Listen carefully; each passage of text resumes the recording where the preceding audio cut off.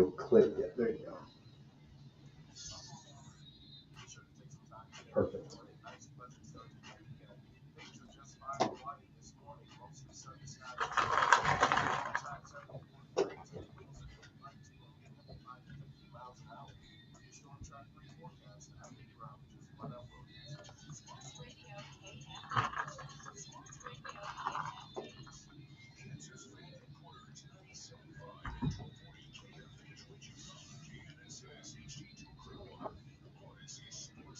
I thought your boy Joaquin Neiman had it going for a little while. I know, right? It didn't really end well for him.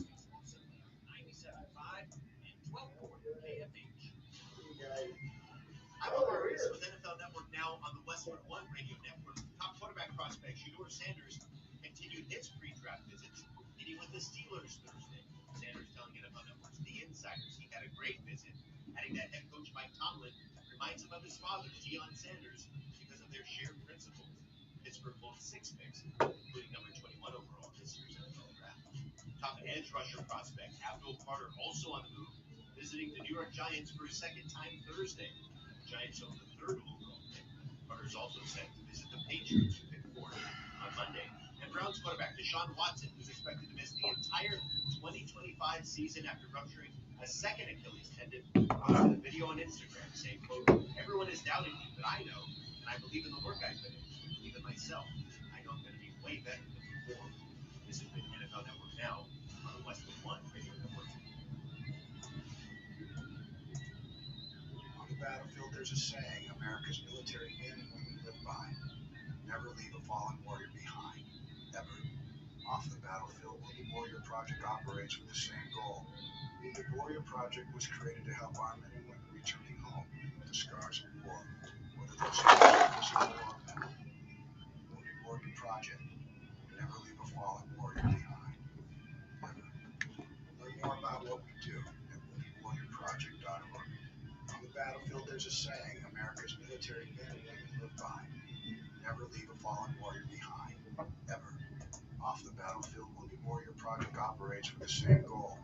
Wounded Warrior Project was created to help our men and women returning home with the scars of war, whether those scars are physical or mental. Wounded Warrior Project. We never leave a fallen warrior behind, ever. Learn more about what we do at woundedwarriorproject.org. Do you want me to run this or you get it? Want me to run it? Nope. Oh, perfect. Thanks.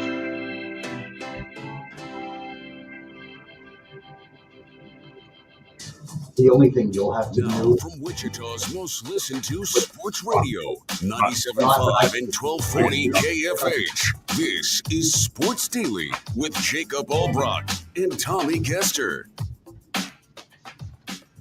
Happy Friday, everybody. Welcome into Sports Daily here on KFH 97.5 and 1240. I'm Tommy Kester. Brandon Zinner with me this morning, in for Jacob Albrock, Max Power producing the program. We've got that KFH hotline open and ready to go for you all morning long at 869-1240. You are welcome to join the program whenever you would like. Just call up Max and we'll get you here on the program today. You can also leave us your video messages. We are streaming our video live on YouTube, on X, on Facebook. We're also simulcasting on the 12 News Connected app. Leave us your comments there on those social media platforms, and we'll get to those comments as well.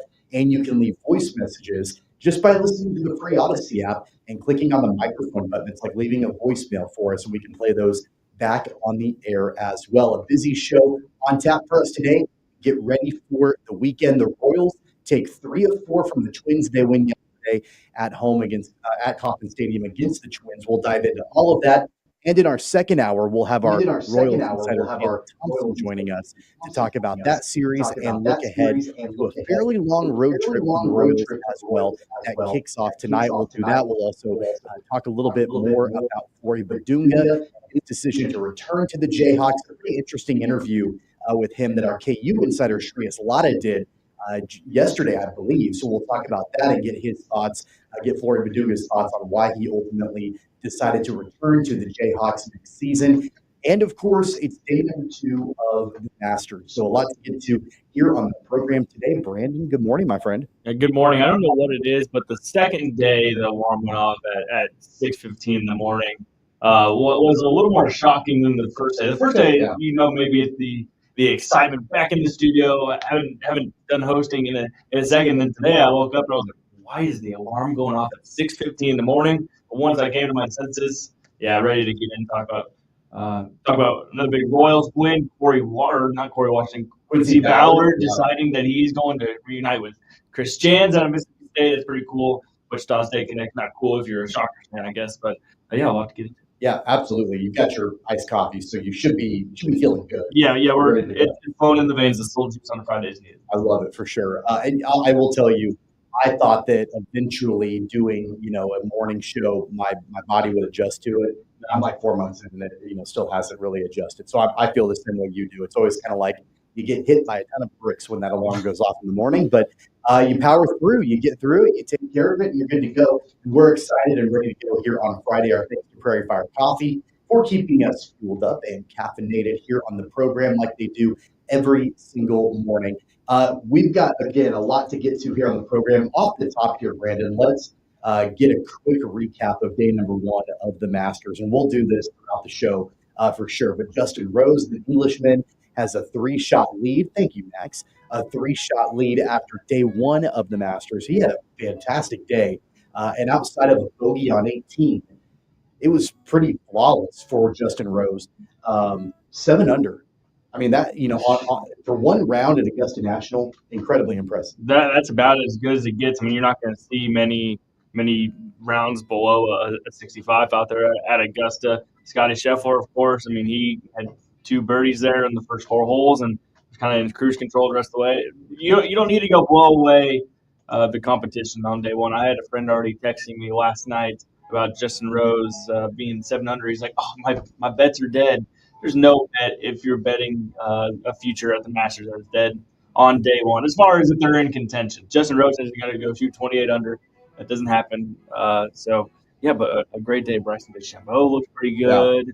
Ludwig Ober looked pretty good. Denny McCarthy, a guy I brought up yesterday, he's right there as well. I think he's 1 under. It's gonna be a fun Friday before moving day on Saturday. What do you think with Justin Rose? I mean, obviously he's got a 3-shot lead going in to day number 2. I can't imagine that he's going to shoot 7 under again today. Do you think he comes back a little bit? Do you think that other players like Scotty Scheffler are able to catch him? How do you anticipate day number 2 playing out? Well, the tough thing about all these golf tournaments is, he was one of the last tee times yesterday, one of the last guys to finish. You know what that means. It's a quick turnaround, and he is teeing off in, I think, 45 minutes. So, how quickly can you get out there? The playing conditions are going to be different in the morning versus the afternoon. There's a lot that goes into it. So, Justin Rose is a veteran. No reason he can't come back out here and go shoot. I don't think he's going to go try to shoot 7 under. Don't think he'll shoot 7 under, but another under par round, I think he'll take being right there near the top of the leaderboard going into the weekend. Of course, Scotty Scheffler is right there, as he always is. I think one of the more disappointing endings of a round yesterday, Rory McIlroy, he had it to 4 under.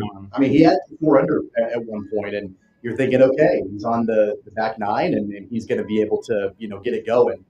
And then he double bogey, par, double bogey to end. And, right there, he's back at even par. He's not out of it, but, man, for a guy that, needs to have a really solid first round, he had it working, and then all of a sudden it went away. Yeah, not even a double bogey. He chips on 15, chips it past the hole, rolls into the water, gets back up 3 putts. I mean, that's how doubles go. You can't have that happen if you're going to win at the Masters. And unfortunate. And all social media all day yesterday was just, here goes Rory. It's still a long weekend, and he obviously has the ability to go out there and shoot well if he wants to, but not a great way to end your first round. Yeah, I mean, I think that you clearly don't win the Masters on a Thursday, but you can certainly lose the Masters on a Thursday. And I'm not suggesting that Rory hasn't lost at this point, because he's still within striking distance for sure, and there's only one day down. But man, that's disappointing, and I don't know. That's why, even though I'm emotionally pulling for Rory, I want to see him get the career Grand Slam. It's why I didn't want to bet it. He doesn't do well historically in the first round at Augusta. Yeah, and history tells us 18 of the last 20 Masters winners have been in the top 12 or within 5 shots. Either one of those two criteria is in the last 20 Masters. So, unfortunately, that means anyone that's at even par right now, it's not looking too good for you. History is not on your side. So, I mean, the likes of Colin Morikawa, Sergio Garcia, Rory McIlroy driving that company as well. They have a lot of work to do over the next 3 rounds, but as we said, we're only getting started down in Augusta, Georgia, and this is your last. I mean, you're probably over the moon. You are just hours away from heading down south. I had this thought this morning. So my flight leaves tomorrow at 5:40 in the morning, and so I'm less than 24 hours away. You got the Masters quarter zip on today? I got my map. So the same guys that I'm going with this year, they went last year. I didn't go. And at that time, I wasn't sure I was ever going to be able to go. I was like, can you give me a quarter zip? Because I don't think I'm ever going to be able to get one. And I have one. I'm wearing it today. And then I'll be there tomorrow. Surely that means you're buying no merch tomorrow then. No, I think I'm going to be buying a lot of merch tomorrow or on Sunday for sure when I'm there. That's just what you got to do. You've got to buy the merch, right? Yeah, so the hotline is open. You can maybe don't send in your merch request. Yeah, I guess if you've got a merch request for the final round of the Masters, I'll send you my Venmo, and you can send me the money, and I'll pick up whatever you need. We're going to have more updates on the Masters as the show progresses. When we come back, let's talk Royals, and then we'll get into college basketball a little bit later on in the program. That and a whole lot more just around the corner. We are just underway here on a Friday. It's Tommy Castor, Brandon Zinner, Max Power producing Sports Daily. It's coming right back.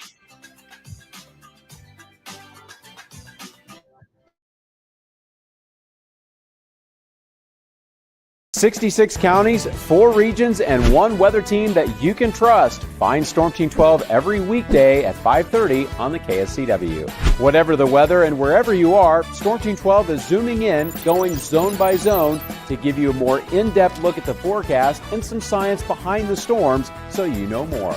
We're focusing on the forecast so you can focus on what's important to you. Storm Team 12 Weather Focus, 5:30 on the KSCW. The future of television has arrived. Next Gen TV is here with stunning video, movie theater quality sound, enhanced voice clarity, and interactive features, all upgradable for the future. Learn more at watchnextgentv.com. Sometimes people tell us, I don't get it, it's just tea. But let me tell you, we are so much more than just tea. With 20 plus flavors of sweet and unsweet iced tea, the possibilities are endless. Come on in and try them all for free to find your favorite or get us on the go for your busy lifestyle. And don't miss happy hour every day. So the next time someone tells you it's just tea, tell them to come by and find out why we say, drink tea, be happy. It's the canvas of our imagination. They tell a story. Clouds affect the events of your day. Sometimes they growl, sometimes they inspire, but they're always the messengers of nature's mood written in the sky. Storm Team 12 understands the language of clouds. We're dedicated to decoding their message so you know what to expect. Behind every cloud, there is a story waiting to be told. Trust Ross Jansen and Storm Team 12, alerting you first to the impact on your life. When you need help, remember, you're not alone. We are here. We are neighbors. We are together. We are Kansas.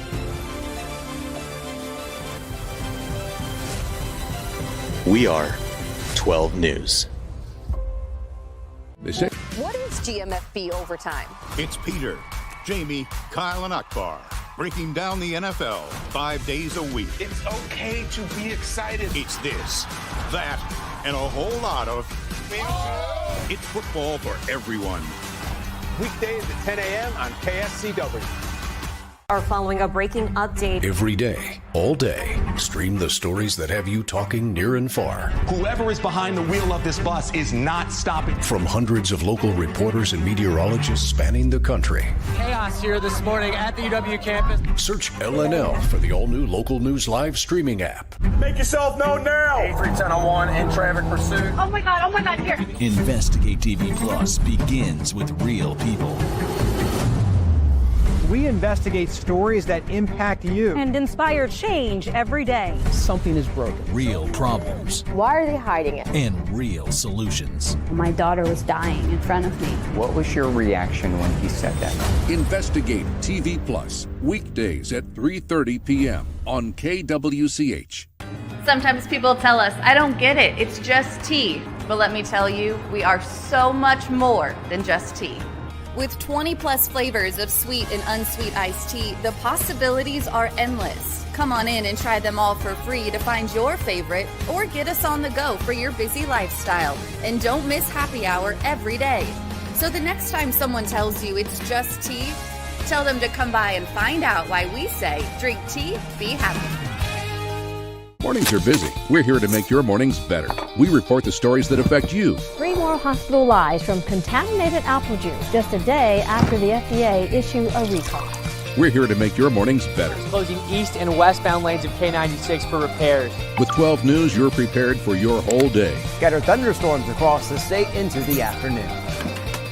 Stay a step ahead with 12 News this morning on KWCH and KSCW.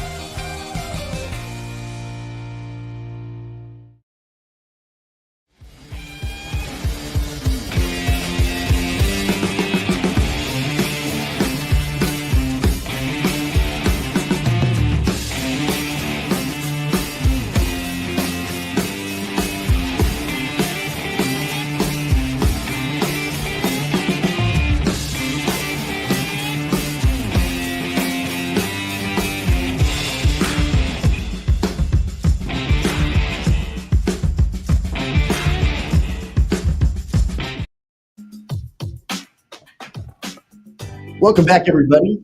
It's Sports Daily on KFA. I want to remind you about Open Streets ICT this weekend, Sunday from noon until 4, over by Wichita State, the Shocker neighborhood, 17th Street from Oliver to Volusia. This free community event will transform nearly 2 miles into a lively hub for walking, biking, running, and skating. Attendees can enjoy local food trucks, live music performances, and various vendors along the route. The event promotes healthy living and community engagement.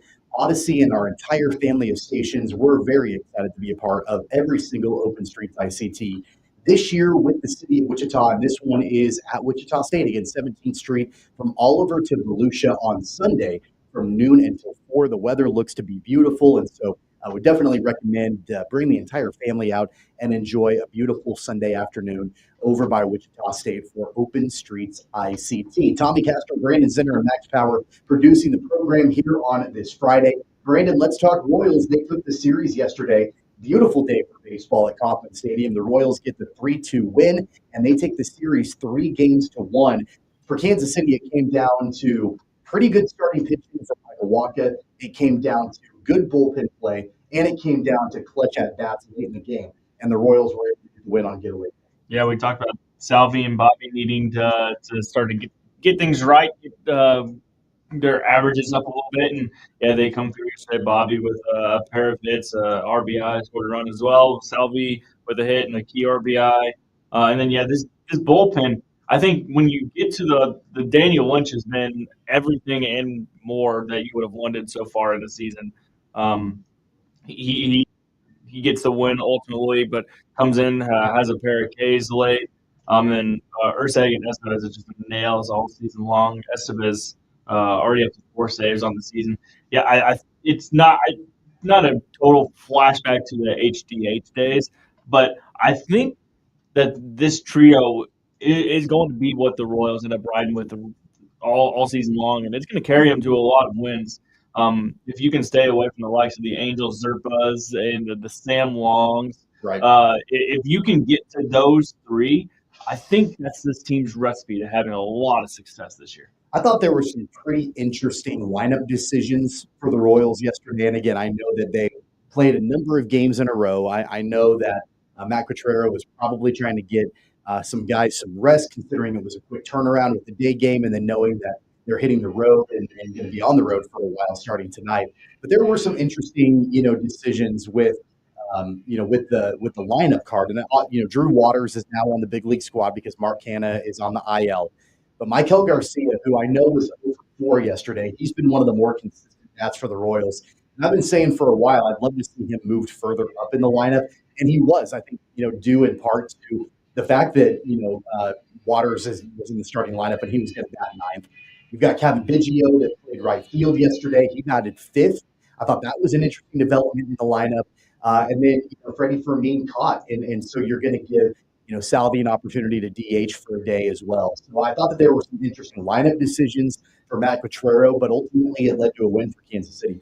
Yeah, that's the flexibility this team is able to have, especially at the likes of the Michael Massey's. They're just so movable. Jonathan Indias. That's what it creates. You can kind of go out, pick your matchups, and try to put out the best lineup possible. And a positive yesterday, we didn't see Hunter Renfroe. I'm sure that was great. The day off. The day off, or was just told not playing. Just riding the pine yesterday. Yeah, exactly. And Bailey Ober was somehow pretty solid for going against the Royals. But yeah, I mean, stacking up series wins. That's what they tweeted out after the game, back to back now after not having won the first 3. So yeah, back above 500, 7-6, and a huge road trip coming up. Yeah, let's talk about Michael Wacha for a second. He had been out of the 5 starters for the Royals, the one that had struggled the most out of all the 5 starters throughout the beginning of the season. And it wasn't like he was lights out yesterday for Kansas City, but he was able to go 5 1/3, so worked into the 6th inning, had 2 earned runs on 3 hits allowed. So yeah, not going to be that stat line is not amazing for Wacha, but it is better than what we've seen, I think. And so it gives me a little bit of optimism that maybe he's starting to trend in the right direction. I would say, Brandon, my biggest concern for him when he comes out to pitch is that the walks are way too high. He had 3 walks in 5 1/3. Yeah, that's definitely where he has been hurting it in a game earlier this season. 4 innings against Guardians. It's not what you want to see, but again, if you with this team and where they're at right now, if you can get that starting pitching into the 6th, preferably get through the 6th, and again to get to that back into the bullpen, you're going to take this, especially if you're in that ball game. And if Michael Wacha, he's an older guy, he's a veteran. He's probably going to come along as the season goes along. Hopefully, the health is something that stays there with him. But yeah, I mean, when you look at his overall numbers, I mean, he'll take that from a guy who's, at this point, he's probably the 4th, 5th best starter on this team. Chris Bubich is at his potential. I think he's a better starter. Probably the 5th. I mean, I think the way that I don't think that was what was projected when the season started. Of course, he's slotted into the 3rd starter hole in that rotation. And he's been, I would say he's disappointed compared to Bubich and Lorenzen, who I think have overperformed. They performed higher than expectations so far. You'll take that. I mean, you want to see all 5 starters obviously have, good numbers. But I think that's the silver lining is the fact that, that even though Wacha has disappointed, I would say overall Bubich and Lorenzen have overperformed a little bit. Wacha's ERA is over 4. It's the highest ERA out of the starters in Kansas City, and the whip is the highest out of the 5 as well at 1.4. It's not a terrible whip overall, but he is walking too many guys. He's got 8 walks through 3 starts. He's got to get that cleaned up a little bit. You can't allow that kind of traffic on the base paths and expect to have a ton of success. Yeah, and unfortunately for him, he's been a victim of it just so happens that on the days that he pitches, he's not getting run support. I can't remember who it was from 2 years ago. It might have been Cole Reagans. Yeah, when he pitches, his offense doesn't show up. His first start, he only gets 2 runs and a loss against Cleveland. In his second start, he only gets 1 run and a loss against Baltimore. He only gets he doesn't even get the win yesterday. That goes to Daniel Lynch. But they only had, I think, 1 run on the board while he was in the game there. It's a combination of factors. But, I mean, a 4.2 ERA from possibly your 5th starter, you'll take that any day of the week because there's teams out there that are struggling with much worse starting rotations than what the Royals are dealing with right now. You mentioned this guy's name a moment ago, and I want to get in our second hour when we talk to Jaylon Thompson, I want to get his thoughts on this. Zerpa. Obviously, we talked about it yesterday. Didn't have a good start to the season at all. And it really felt like that, at least early on, Matt Quatrero was wanting Zerpa to work his way through it. Like you kept seeing him, be called upon in situations to try to work his way through. Now, to his credit, he has lowered his ERA, and it's now under 5, which is good. I mean, that's not a good ERA, but it's good that he's lowered it. But what's really interesting, Brandon, and I didn't realize this until I'm looking at the pitcher stats for the Royals. He hasn't pitched in a minute. And it's almost like I know early on Quatrero was wanting him to work through it, but we really haven't seen Zerpa go out there and throw. And he's got the least amount of innings pitched out of all relievers on this Kansas City bullpen. It doesn't sound like you're complaining, though. I'm not complaining. It makes me wonder if there's been a deliberate shift in strategy away from and we got to have Zerpa work his way through this. We're going to need him. We gotta be able to utilize him and have him pitch his way through it. To now, he's not even really being used a whole lot. Well, the nice thing is, obviously, any chance they can get Lynch or Sagan, again, we think that's going to be the 7, 8, 9 whenever they need to go to that. Hunter Harvey has also been really solid. I mean, he hasn't allowed a run in 5 1/3 so far this year. 7 Ks, no walks. So Hunter Harvey, I think, is another just addition to, maybe he can be that 6th inning guy. If there's a two on, you got to pull the starter. We need a guy that's going to get us to the 7th, and then we can cruise the rest of the way, or a guy to pitch the 7th. I think Hunter Harvey is becoming that right now. Zerpa, he just doesn't do a whole lot. It doesn't. Me. And as you said, only pitched in 4 games, only pitched in 3 2/3 innings so far. But you're not going to catch me complaining. Right. I was going back to trying to find when we've really seen Zerpa pitch lately. He pitched an inning on Tuesday against the Twins in that 2-1 win for the Royals. He wasn't bad in that one inning that he pitched. But other than that, I mean, I was trying to go back and look. They didn't utilize him at all in the Baltimore series. He didn't play at all in that 3-game stretch. Probably so. You have to go all the way back to when the Royals played the finale on the road out in Milwaukee against the Brewers.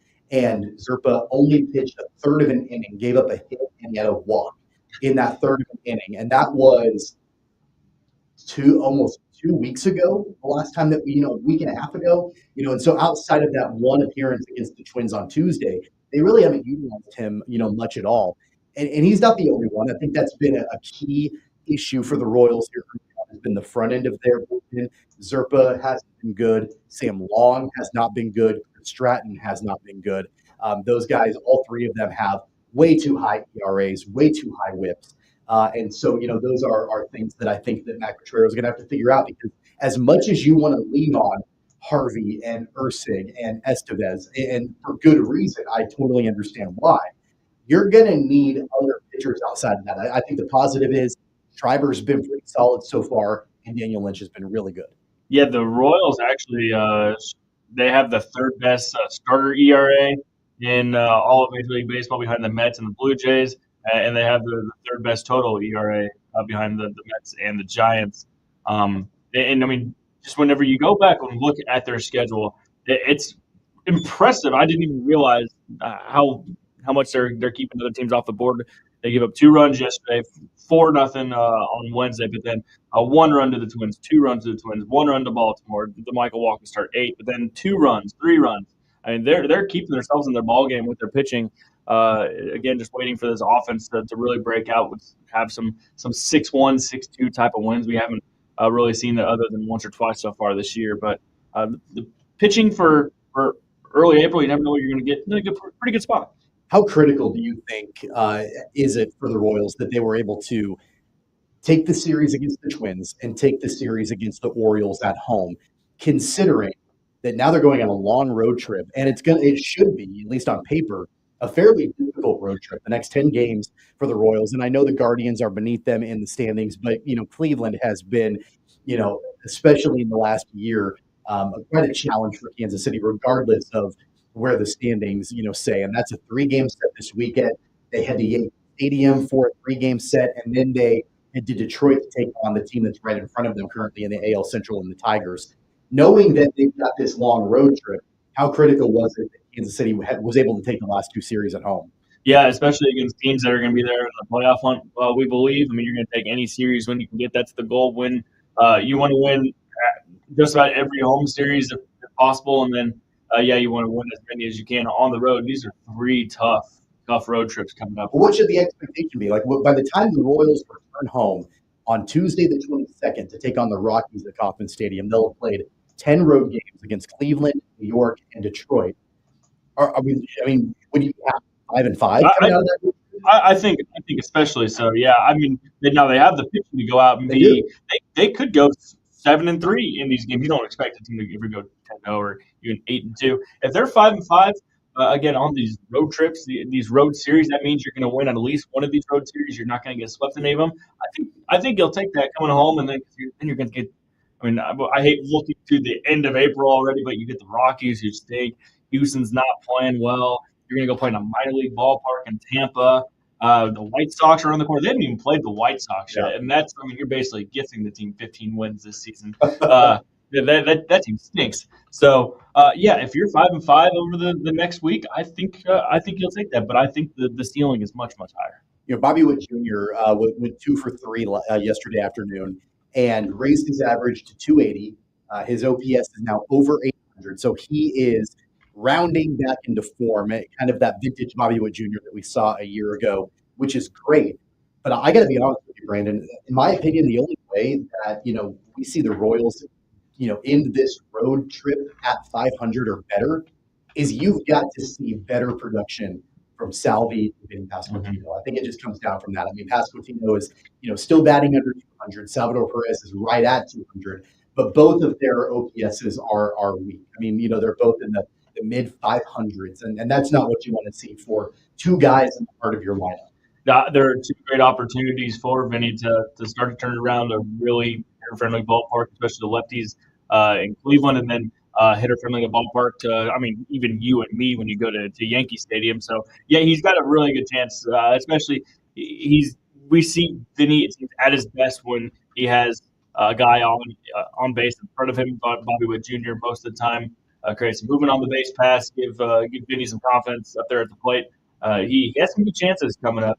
But yeah, 178 is going to get done. On that note, once we get through the Cleveland series and they head to Yankee Stadium, a 3-game set beginning on Monday, they've got that right field short porch. Vinny's a lefty. What's your prediction on number of home runs inside Yankee Stadium for Vinny? For Vinny, he can easily go out there. So he's going to go against. He's going to go against Carlos Carrasco, Max Fried, and Stroman. So we're not even going to get the best of the Yankees lineup. He better walk out of there with at least one home run. I mean, are you happy with one, or should we? Because I honestly think with that short porch and with the way that he can hit, he hasn't shown it. But this would be a great opportunity for him to break out of that slump. I mean, I think he could easily walk out of there with multiple home runs at Yankee Stadium. Yeah, he definitely could. We are starting to get to there. I mean, they're going to have to play. So from the 4th through the 20th, they play every single day. So what's that, 16 consecutive days that they're playing? Yeah. It does get taxing, especially this is the first long stretch of the season where you're playing every single day. But yeah, if you walk out there with multiple home runs, that's a huge win of a series for Vinny. I think another couple of offensive concerns for Kansas City that they're going to have to figure out, and I don't know if this is just it kind of goes back to the conversation about Zerpa, but more from an offensive point of view. Do you let some of these guys continue to play through their issues at the plate? I think you do with Vinny Pasquantino. I think you do with Salvador Perez. It makes it a lot harder when you've got Hunter Renfroe batting 156. And he didn't play yesterday, probably for good reason. But he's not even the worst of the bunch. MJ Melendez is batting under 100 right now. 0.97 and an OPS of 351. I'm not sure at this point that you can allow MJ to play through it. Yeah, unfortunately, when it came to the offense, we knew this was going to be the issue with the Royals is their outfield depth. Again, because who are you going to put in there right now? They had Hunter Renfroe right field yesterday. Exactly. There's not a whole lot of depth when it comes to this outfield, which is, hey, what do you know of Jack Caglione recorded 120 mile per hour single yesterday via StatCast off the bat. If they're not, as the days go on, he's looking more and more attractive to Royals fans. If they're not, down in Northwest Arkansas working on his defense in the outfield, then I don't know what they're doing. Whether I have no idea if that's the ultimate plan for Jack Caglione. I know he's a first baseman, but man, he's blocked. He's blocked with Pasquantino. He's blocked with Salvi. Can the guy play outfield? If he can play outfield, I think the quicker you can get him up to speed doing that, and you can get him to the big league squad. I mean, come on, watching what he's doing in the minors and what his potential is, and then you go and you watch Hunter Renfroe and MJ Melendez just absolutely look anemic at the plate. How can you not try to get Jack Caglione ready to go in the outfield? Yeah, it's particularly frustrating because we everywhere else is solidified. The infield looks really good. Bobby, Vinny's going to come around. Salvi, all of that. But it's going to be that bottom third of the lineup. Just go be average. You don't even have to be. You don't light the world on fire. Just don't be atrocious. Otherwise, 3 guaranteed outs, and then what are we doing for a third of this game? I mean, that's got to be the motivation. You go to MJ Melendez and you say, MJ, be average. Don't be atrocious. If you cannot be atrocious, things will be better for you. We're going to get way into the Royals with Jaylon Thompson in our second hour, ask him some of those questions as well. On the other side, some shoes talk. It's coming up for you. Sports Daily coming right back.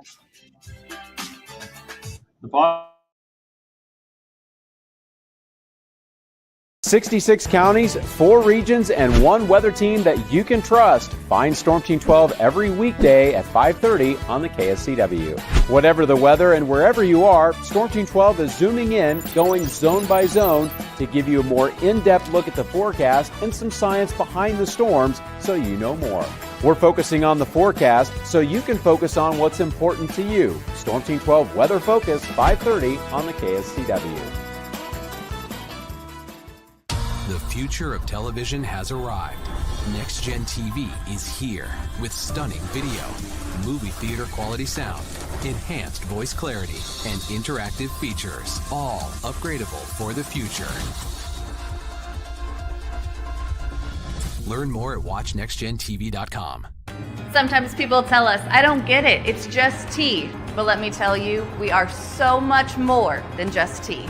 With 20 plus flavors of sweet and unsweet iced tea, the possibilities are endless. Come on in and try them all for free to find your favorite or get us on the go for your busy lifestyle. And don't miss happy hour every day. So the next time someone tells you it's just tea, tell them to come by and find out why we say, drink tea, be happy. It's the canvas of our imagination. They tell a story. Clouds affect the events of your day. Sometimes they growl, sometimes they inspire, but they're always the messengers of nature's mood, written in the sky. Storm Team 12 understands the language of clouds. We're dedicated to decoding their message so you know what to expect. Behind every cloud, there is a story waiting to be told. Trust Ross Jansen and Storm Team 12, alerting you first to the impact on your life. When you need help, remember, you're not alone. We are here. We are neighbors. We are together. We are Kansas.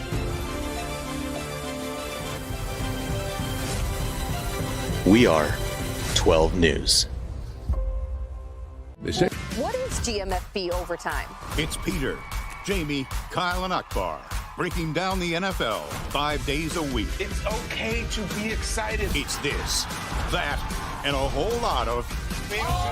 It's football for everyone. Weekdays at 10 a.m. on KSCW. Are following a breaking update. Every day, all day, stream the stories that have you talking near and far. Whoever is behind the wheel of this bus is not stopping. From hundreds of local reporters and meteorologists spanning the country. Chaos here this morning at the UW campus. Search LNL for the all-new Local News Live streaming app. Make yourself known now. 831001 in traffic pursuit. Oh my God, here. Investigate TV Plus begins with real people. We investigate stories that impact you and inspire change every day. Something is broken. Real problems. Why are they hiding it? And real solutions. My daughter was dying in front of me. What was your reaction when he said that? Investigate TV Plus, weekdays at 3:30 p.m. on KWCH. Sometimes people tell us, I don't get it, it's just tea. But let me tell you, we are so much more than just tea. With 20 plus flavors of sweet and unsweet iced tea, the possibilities are endless. Come on in and try them all for free to find your favorite or get us on the go for your busy lifestyle. And don't miss happy hour every day. So the next time someone tells you it's just tea, tell them to come by and find out why we say drink tea, be happy. Mornings are busy. We're here to make your mornings better. We report the stories that affect you. 3 more hospital lies from contaminated apple juice just a day after the FDA issued a recall. We're here to make your mornings better. Closing east and westbound lanes of K96 for repairs. With 12 News, you're prepared for your whole day. Scattered thunderstorms across the state into the afternoon. Stay a step ahead with 12 News this morning on KWCH and KSCW.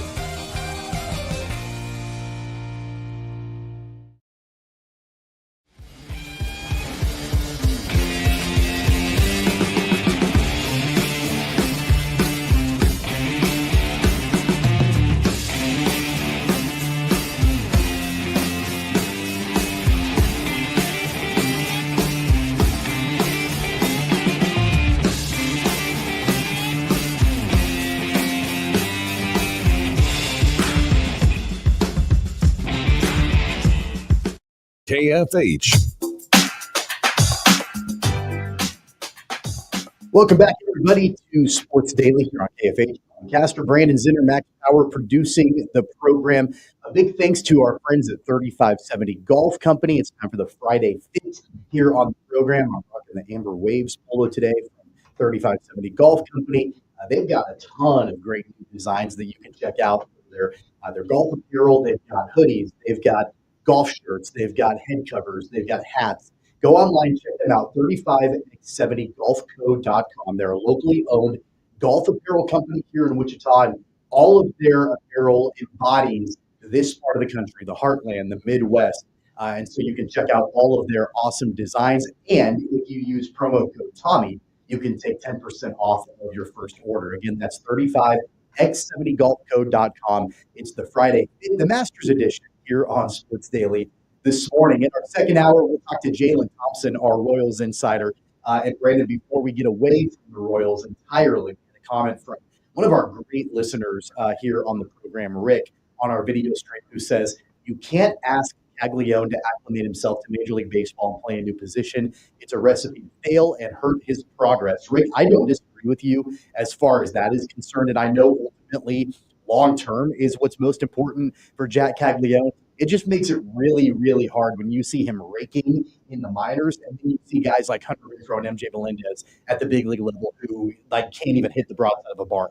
Yeah, and I looked up as you're going, Rick. Jack Caglione has played in 6 games out of Northwest Arkansas. Unfortunately, he's played all 6 games at first base. So what does that mean for his prospects of being with the Royals soon-ish? I don't know what to read into that. I'd like maybe J.J. Piccolo's next media availability. I'm sure he will be asked about that because his path to getting here, his bat, it looks like it's major league ready just about. But he's not going to be playing first base because you already have Salvi Vinny playing there every single day. His path is a corner outfield spot, preferably right field, but he's not even playing in Double-A. And I do think that it is unrealistic to ask him to come in and play right field, especially considering that he hasn't done that in a game in the minors this season. He's not an outfielder; he's a first baseman. I think it's a pipe dream. It's a pipe dream that I wish that he would be able to develop into that, because that's going to allow him to make a quicker impact, you would think, with his bat at the major league level. But it is unrealistic. And you know what, Rick, to your point, you mentioned that progress. And I know that if you're going to ask J.J. Piccolo and you're going to ask Matt Petrero what the most important thing is, it's not about getting him up right away to help with the bottom of that lineup and how anemic they are. It's going to be more about his long-term potential and prospects in Major League Baseball. So that's an interesting note. And we'll talk to Jaylon more about that in hour number 2 as it relates to Jack Caglione. Let's shift gears over to college basketball. Brandon, an interesting development yesterday, right as we were going off the air on the program. Quincy Ballard announced that he's going to Mississippi State and reunite with Chris Jans. I don't think it's overly surprising that that's where he ended up, considering that that's where Chris Jans is. Ultimately going to an SEC school on a larger level, a larger scale for Quincy Ballard, he's probably making pretty good money doing it. He's definitely going to be set up for quite a while with the amount of money that he's making. I mean, this is a guy, just so productive in his time, even with such a low usage at Wichita State. He's going to go in, going to be one of the best defensive players in the entire SEC. He's a double-double machine whenever he's given the usage and given the minutes. And he's going to get to, if we thought his prospects are high right now, literally he's doing it against the best competition, the best conference maybe that we've ever seen in college hoops from this past year. A lot of graduation coming up in that conference, but so the defending champions coming back. It's an awesome landing spot for Quincy Ballard. And if I believe right, Mississippi State is also in on Corey Washington, which is really interesting. And maybe we see a Shockers reunited with a former Shocker coach. A lot of split feelings. Well, and we say reunited. It's not like they were ever together before, but there are those connections. Paths crossing. Right, the Wichita State connections. Chris Jans was obviously a Greg Marshall assistant for the first several years that Marshall was here at Wichita State, and then came back for a couple of years. But ever since then, he's had a ton of success. Obviously at New Mexico State, and then now with Mississippi. So there is that little bit of a pipeline of former Shocker coach and former Shocker players. At least one committed to Chris Jans at Mississippi State, and I knowing that, and look, you never want to see a former Shocker player go somewhere else, right? But as I looked at that commitment from Ballard to go to Mississippi State, I understand it. Mm-hmm. And I don't begrudge Quincy Ballard for it. I'm not upset at it. I'm not mad at it. It's an SEC school. I can imagine what their NIL budget probably is and the amount of money that Quincy Ballard's going to be making. You have that Wichita State connection with Chris Jans. I do like Chris Jans a lot, and so I that helps at least.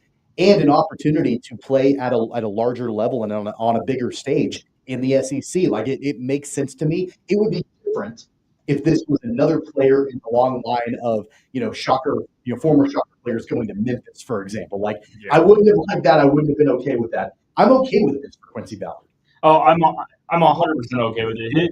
The number that he's getting in the transfer portal is not a number that was going to be reached here at Wichita State. Unfortunately for fans, that's just the reality of the situation. Now he's going to a team that they're going to be competing for an NCAA tournament, probably a top half of the league in the SEC. One of the best defensive players in the country, double machine. And an interesting note, I mentioned Corey Washington. So Mississippi State is one of the 6 finalists that he had posted on Instagram a couple of days ago. Another one of those finalists is Texas A&M. An interesting note about Texas A&M, who did they just hire? TJ Cleveland, not our buddy TJ Cleveland. Let's make that clear. It's not TJ Cleveland. They hired TJ Cleveland, who is one of the top assistants under Paul Mills. So now he leaves, joins Bucky McMillan, the new head coach at Texas A&M, who came in from Stanford. A Bucky Ball, really popular with college hoops right now. So that might be the place to watch now. It looks like maybe Mississippi State, maybe Texas A&M. Those are probably the 2 favorites, if I had to say right now, for the Corey Washington service. Yeah, honestly, if I'm Corey Washington, I'm going to follow TJ Cleveland to Texas A&M. And knowing what Cleveland brought to the Shockers last year on the bench with Paul Mills, and he's a really, really good recruiter. That's what he hangs his hat on. That's his bread and butter in his career as an assistant coach. But then on top of that, what Bucky McMillan brings in the style, the Bucky Ball that everybody's talked about for years at Stanford, I would think that style of coaching would fit Corey Washington's game pretty well. And so, again, if I'm Corey Washington, I'm probably going to go to Texas A&M. I'm going to follow TJ Cleveland down there. I do think, on that note, though, not only now does Paul Mills have to replace players, he's got to replace an assistant coach also.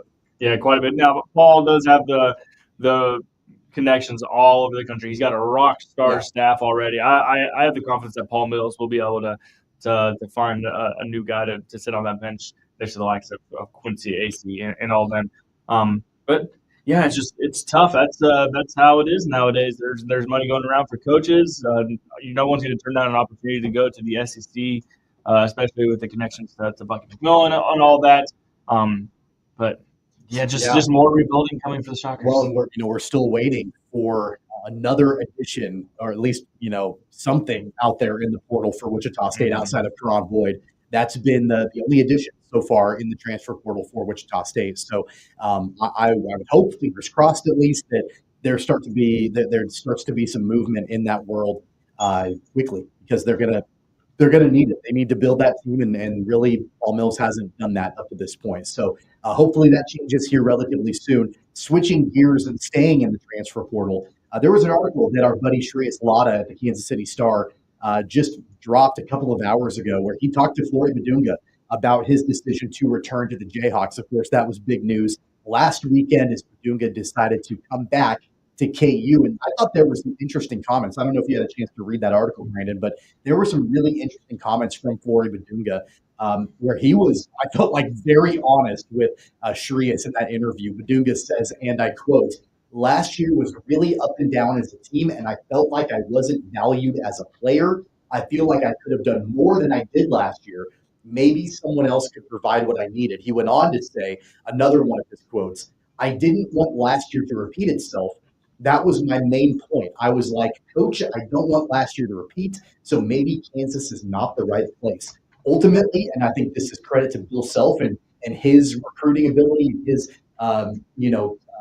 his persuasion, I guess, he was able to go and meet with Badunga the day after he entered the portal and ultimately make Flory feel good enough and secure enough to come back to Kansas. Yeah, there is the whole as soon as he went on, a lot of speculation was just trying to increase his NIL budget, which I'm sure was a part of it, but also, yeah, he was not utilized, I think, to the best of his abilities last year. He certainly could have had a bigger role, but you also have to look at it from the framework. He had an All-American, Hunter Dickinson, sitting there in front of him even before he got here. So it is confusing just how much him and his guardians thought that he was going to be able to come in, be a starter right away. Now I can see from the angle of he probably could have played more over KJ, but KJ might have been their best player over the last month of the season. So the pathways for him to get the 30 minutes a night weren't really there. But he did show great flashes defensively, and just being a lob threat at the rim.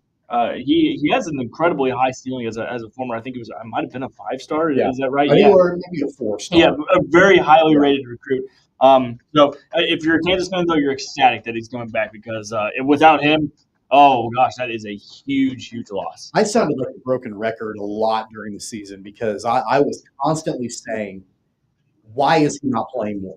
And I get that he was a freshman and he looked raw and he looked, he was making some freshman mistakes and things like that. And I know from watching Bill Self his entire time at Kansas, Bill Self values experience and trust over talent every day of the week. And so as the season goes on, and you can always see it every single year, his roster, his rotation gets tighter and tighter and tighter the later that you get into the year, because he wants that experience, he wants that trust.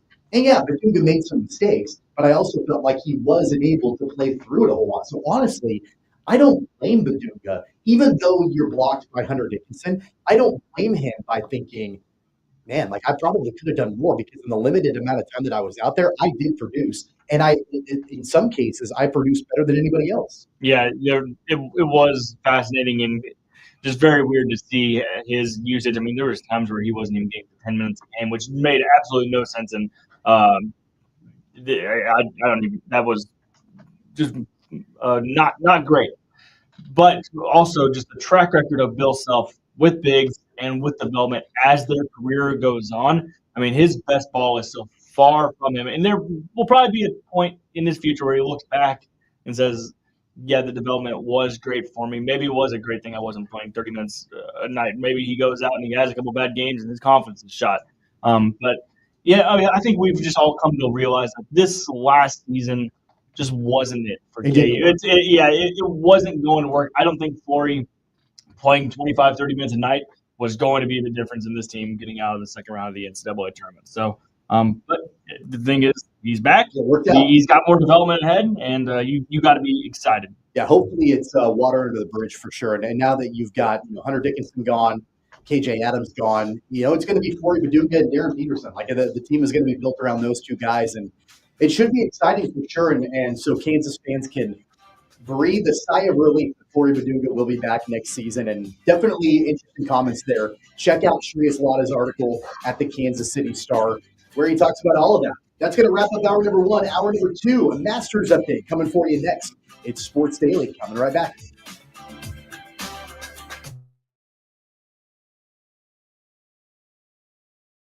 "66 counties, 4 regions, and 1 weather team that you can trust. Find Storm Team 12 every weekday at 5:30 on the KSCW. Whatever the weather and wherever you are, Storm Team 12 is zooming in, going zone by zone to give you a more in-depth look at the forecast and some science behind the storms so you know more. We're focusing on the forecast so you can focus on what's important to you. Storm Team 12 Weather Focus, 5:30 on the KSCW. The future of television has arrived.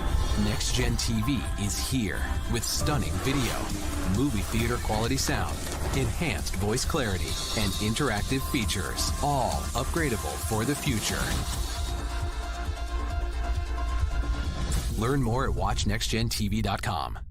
Sometimes people tell us, I don't get it, it's just tea. But let me tell you, we are so much more than just tea. With 20 plus flavors of sweet and unsweet iced tea, the possibilities are endless. Come on in and try them all for free to find your favorite, or get us on the go for your busy lifestyle. And don't miss happy hour every day. So the next time someone tells you it's just tea, tell them to come by and find out why we say, drink tea, be happy. It's the canvas of our imagination. They tell a story. Clouds affect the events of your day. Sometimes they growl, sometimes they inspire, but they're always the messengers of nature's mood, written in the sky. Storm Team 12 understands the language of clouds. We're dedicated to decoding their message so you know what to expect. Behind every cloud, there is a story waiting to be told. Trust Ross Jansen and Storm Team 12, alerting you first to the impact on your life. When you need help, remember, you're not alone. We are here.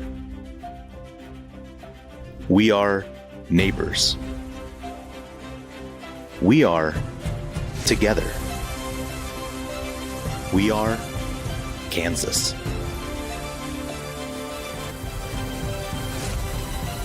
We are 12 News. What is GMFB overtime? It's Peter, Jamie, Kyle, and Akbar breaking down the NFL 5 days a week. It's okay to be excited. It's this, that, and a whole lot of It's football for everyone. Weekdays at 10 a.m. on KSCW. Are following a breaking update. Every day, all day, stream the stories that have you talking near and far. Whoever is behind the wheel of this bus is not stopping. From hundreds of local reporters and meteorologists spanning the country. Chaos here this morning at the UW campus. Search LNL for the all-new Local News Live streaming app. Make yourself known now. 31001 in traffic pursuit. Oh my God, here. Investigate TV Plus begins with real people. We investigate stories that impact you and inspire change every day. Something is broken. Real problems. Why are they hiding it? And real solutions. My daughter was dying in front of me. What was your reaction when he said that? Investigate TV Plus, weekdays at 3:30 p.m. on KWCH. Sometimes people tell us, I don't get it, it's just tea. But let me tell you, we are so much more than just tea. With 20 plus flavors of sweet and unsweet iced tea, the possibilities are endless. Come on in and try them all for free to find your favorite, or get us on the go for your busy lifestyle. And don't miss happy hour every day. So the next time someone tells you it's just tea, Tell them to come by and find out why we say, drink tea, be happy. Mornings are busy. We're here to make your mornings better. We report the stories that affect you. 3 more hospital lies from contaminated apple juice just a day after the FDA issue a recall. We're here to make your mornings better. Closing east and westbound lanes of K96 for repairs. With 12 News, you're prepared for your whole day. Scattered thunderstorms across the state into the afternoon. Stay a step ahead with 12 News this morning on KWCH and KSCW.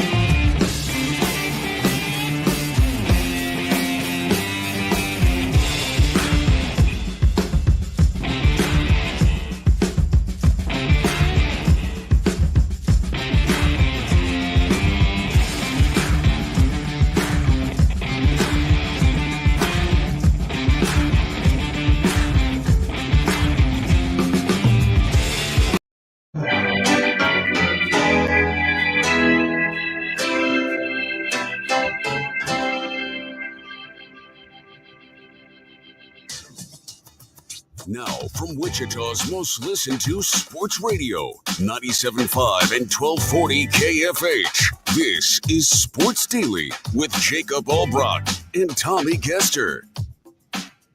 Welcome back, folks. Hour number 2 of Sports Daily on this Friday. Tommy Casper, Brandon Zinner, Matt Power producing the program. And we've got that KFH hotline open and ready for you, 869-1240.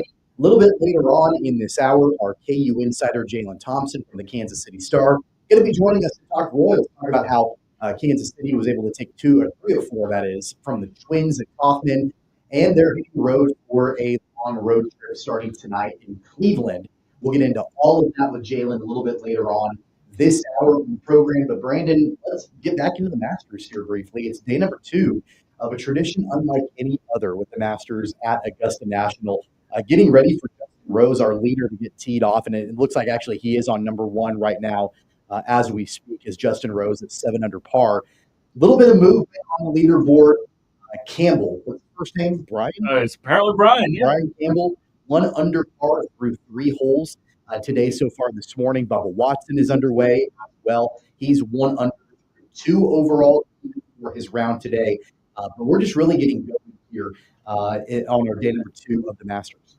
Yeah, a lot of bogeys so far on one side to me. Something to look for now. I don't think these are necessarily the people that we think are going to be winning the tournament that are teeing off already today. But yeah, I am excited. I am going out golfing myself this afternoon. So are you said. So we'll be sitting there. We'll be checking the updates throughout the day. But I mean, yeah, this is we're getting ready for one of the best weekends in all of sports. A couple of different storylines that we didn't talk about in our first hour regarding the Masters that I think, really important. We did touch on Rory and his collapse. We touched on Justin Rose and what he was able to do. Scotty Scheffler is right there in the mix as well. How about Nick Dunlap? This was a guy that was one of the, shining stars, kind of burst onto the scene a year ago on the PGA Tour. First ever Masters. I can imagine just the nerves are insane. But, Dunlap goes out there and shoots a 90 at Augusta National. Was 18 over par for his round today. And I think what's so notable about this, and I actually heard some folks talking about this, I think it was maybe on the Golf Channel coverage last night, that they actually commended Dick Dunlap for continuing on his round and finishing and signing on that scorecard. And I think it might have even been Brandon Family on the Golf Channel was like, a lot of guys, they get to hole 12 and be like, oh, my back went out, or oh, my wrist hurts. Like, I'm going to go ahead and call it a day and withdraw. Nick Dunlap didn't do that. He played until the very end and signed for his car. Well, did you see the fascinating part about his round? So he shot a 90. He didn't have a single 3-putt. Yeah. He putted fine. The putter was hot. If he didn't have a hot putter, there's a very real chance he shoots close to 100. Now, it is not the worst round ever. Someone from 1957, I can't remember the name, shot a 95. So he does preserve that record, not the worst ever. But Yeah, not we talked about it yesterday. I think I could break 90 starting on the green, or I guess that wasn't the premise. Could you go win it? I win the tournament. Yeah, started on the green. No, I'm confident I could do better than that starting on the green. Maybe not win it. Yeah, do better than 90. I mean, look, it's hard for us like average Joes who are, you and I are both single-digit handicaps, but it's not like we're scratch golfers, and not like we would ever sniff, playing on the PGA Tour. It's hard for us to sit here and be critical of a guy shooting a 90 at Augusta, because I probably go out there and shoot a 110 or 115, at Augusta. So it's hard to grudge a guy going out there and shooting a 90, but I commend him for playing the entire round. And he tees off at 11:50 this morning. I think it'd be easy for me also to be like, you know what, I don't know if I really want to go out there and do it for another day. I mean, yeah, it'd be one thing to do that at I don't know, some run of the middle course. But I mean, this is freaking Augusta National. Even if my back does hurt, I'm toughing it out. It's only his second match to start. Who knows how many opportunities he's going to get like this? He was the Rookie of the Year on the tournament on the tour a year ago. So there's no guarantee unless you're one of the top players of the world, or you are or winning tournaments and getting exemptions into the Masters. There's no opportunity that you do. There's no guarantee that you do get that opportunity ever again. So watch him go out there, by the way, and fire like a 67, on the course today. He'll still miss the cut by 10 strokes. And I can totally see something like that happen. He's in the last by 11. Yeah. So some notable names also who really struggled yesterday.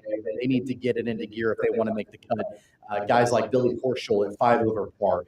Former Masters champion Adam Scott at 5 over par. Wyndham Clark, former U.S. Open champion, 4 over par. Tony Finau, that's 3 over. That's a surprising one. That's surprising as well. And Finau has been in the mix several different years at Augusta National. He's 3 over par. He's got to get it into high gear. Danny Willett and Phil Mickelson, a couple of guys who have won it in the past, they're also 3 over par. John Rahm, 3 over par, who won the Masters just 2 years ago. He's not in good form of late. No, not at all. He's not. And he hasn't been ever since he joined LIV. And I don't know if that has something to do with it or not, but he has not looked good as of late. He's 3 over par, has got to get it into high gear. Keegan Bradley, 2 over. Will Zalatoris, 2 over. Brooks Koepka is 2 over. Patrick Cantlay had a bad day yesterday, 2 over. Dustin Johnson, 2 over as well. I think one of the best stories, though, of the day, 65-year-old Fred Couples, 1 under in his first round. Can you, I don't even know how old Nick Dunlap is. He's got to be 24, 25? 21, I think. 21. 21-year-old Nick Dunlap goes out there and shoots a 90. 65-year-old Fred Couples shoots a 1 under par on day number 1. Not even that. He holes out from 200 yards with the hybrid for an eagle as well. I think it was on 14. Most of these guys into 200 yards are hitting 8 irons. Yep. And Fred Couples 65 out there going out with a hybrid. Just such a cool story. Obviously, Freddie, that's like Tiger's right-hand man. Yep. We wish Tiger was at full health and was playing right now. It's just weird watching the Masters without him at all. But I'm sure Tiger's got a text to Freddie yesterday.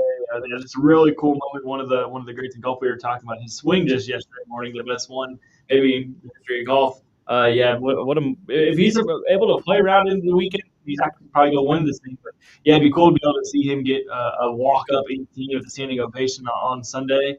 Can't help but root for Couples.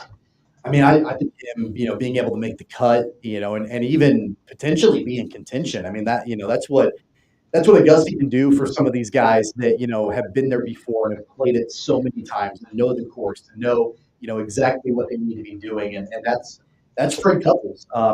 So he had a really good day at 1 under par, and he goes out there a little bit after 11 o'clock this morning, local time here in Wichita, to be able to go and see if he can make the cut today. I think one of the big storylines today, obviously Justin Rose, whether or not he can keep that lead, and you've got a couple of guys, Scotty Scheffler and Bryson DeChambeau, nipping at your heels right behind you. But Ludwig Over has, I don't think he gets the amount of credit that he deserves. And he's jumped onto the scene big time in the last year. He's 4 under. He's only 3 back, and he's got such a great swing. He could absolutely be a guy that when all is said and done today, going into the weekend, he could be the leader. I mean, I think that's pretty easy for him to be able to go and do that. Yeah, I mean, he's a guy who came him and Nikolai Hogard, not too many people were too familiar with him. Then the Ryder Cup came around, and they were two of the best players for the world team. And then Ludwig last year finishing second at the Masters. This is one of the – he could be right there, him and Scotty, for years to come. Ludwig is an incredible guy, the top-ranked amateur in the world when he came out of Texas Tech. And, yeah, he's right there in the hunt. He is going to be there all weekend. I expect him. I wouldn't be surprised if he's in the final pairing come Sunday. And then you go down and look at the leaderboard. Maybe people who aren't within 2-3 strokes, but Matt Fitzpatrick, one of the better players in the world, looming right there. Victor Hovland, Shane Lowry. Shane Lowry is a guy that's always dangerous at every single one of these majors. And he kind of just sneaks up on you, and the next thing you know, he's tied for the lead. And nobody wants to be tied for the lead with him because, I mean, that guy he will step on your throat. It's going to be some great golf, and it's going to be interesting to see, who makes that move today and puts himself in a position to be in one of the final pairings come the weekend. Our leader, Justin Rose, just finished hole number 1 on his second day of the Masters, and he's even. He parred number 1, so he remains at 7 under par. That leaderboard undoubtedly will change as the day goes on and as we get into moving day and the final round this weekend at Augusta. That's our Masters update here in hour number 2 on Sports Daily. Before we take a break, and I'm glad we had a comment on our video stream. I'm glad that John mentioned this because I had forgotten, and I'm glad that he said something because I want to make sure that we mention this. Shocker Women's Bowl in the Final Four in Las Vegas, and that is today in Vegas. And so shout out to Wichita State Women's Bowling earning that Final Four berth. It's them. It's the defending champion Jacksonville State, Nebraska, and Youngstown State in Las Vegas. That would be pretty incredible if Shocker Women's Bowling can walk away from Vegas with the national championship. They are the 4 seed out of the 4, but still, that's pretty cool. Yeah, just because they've been intercollegiate bowling for so long, and now they're finally part of the national, the official, NCAA sanctioned bowling, and they've come here and they've just dominated all year long. It would not be surprising. A pretty dramatic finish that they had at the regional. Really, really excited to see what they're able to do this weekend in Las Vegas. Yeah, if you want to read about all of the drama surrounding Shocker Women's Bowling making it to the Final Four, our buddy Taylor Eldridge has an awesome article with the Wichita Eagle all about that. So good luck to Shocker Women's Bowling today in Vegas. They made the Final Four. They can walk away with a national championship. That'd be pretty awesome if they did. Don't go away. We've got more Sports Daily just around the corner.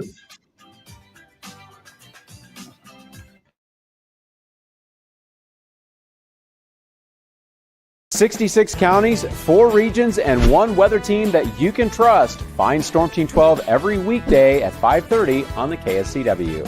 Whatever the weather and wherever you are, Storm Team 12 is zooming in, going zone by zone to give you a more in-depth look at the forecast and some science behind the storms so you know more. We're focusing on the forecast so you can focus on what's important to you. Storm Team 12 Weather Focus, 5:30 on the KSCW. The future of television has arrived. Next Gen TV is here with stunning video, movie theater quality sound, enhanced voice clarity, and interactive features, all upgradable for the future. Learn more at watchnextgentv.com. Sometimes people tell us, I don't get it, it's just tea. But let me tell you, we are so much more than just tea. With 20 plus flavors of sweet and unsweet iced tea, the possibilities are endless. Come on in and try them all for free to find your favorite or get us on the go for your busy lifestyle. And don't miss happy hour every day. So the next time someone tells you it's just tea, tell them to come by and find out why we say, drink tea, be happy. It's the canvas of our imagination. They tell a story. Clouds affect the events of your day. Sometimes they growl, sometimes they inspire, but they're always the messengers of nature's mood written in the sky. Storm Team 12 understands the language of clouds. We're dedicated to decoding their message so you know what to expect. Behind every cloud, there is a story waiting to be told. Trust Ross Jansen and Storm Team 12, alerting you first to the impact on your life. When you need help, remember, you're not alone. We are here. We are neighbors. We are together. We are Kansas.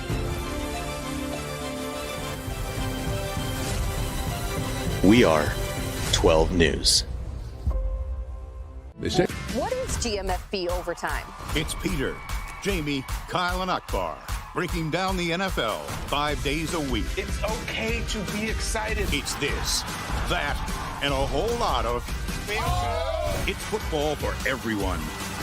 Weekdays at 10 a.m. on KSCW.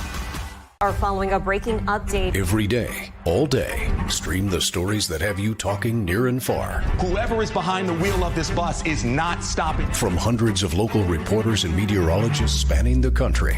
Chaos here this morning at the UW campus. Search LNL for the all-new Local News Live streaming app. Make yourself known now. 310-01 in traffic pursuit. Oh my God, here. Investigate TV Plus begins with real people. We investigate stories that impact you and inspire change every day. Something is broken. Real problems Why are they hiding it? and real solutions. My daughter was dying in front of me. What was your reaction when he said that? Investigate TV Plus, weekdays at 3:30 p.m. on KWCH. Sometimes people tell us, I don't get it, it's just tea. But let me tell you, we are so much more than just tea. With 20 plus flavors of sweet and unsweet iced tea, the possibilities are endless. Come on in and try them all for free to find your favorite or get us on the go for your busy lifestyle. And don't miss happy hour every day. So the next time someone tells you it's just tea, tell them to come by and find out why we say, drink tea, be happy. Mornings are busy. We're here to make your mornings better. We report the stories that affect you. 3 more hospital lies from contaminated apple juice just a day after the FDA issued a recall. We're here to make your mornings better. Closing east and westbound lanes of K96 for repairs. With 12 News, you're prepared for your whole day. Scattered thunderstorms across the state into the afternoon. Stay a step ahead with 12 News this morning on KWCH and KSCW.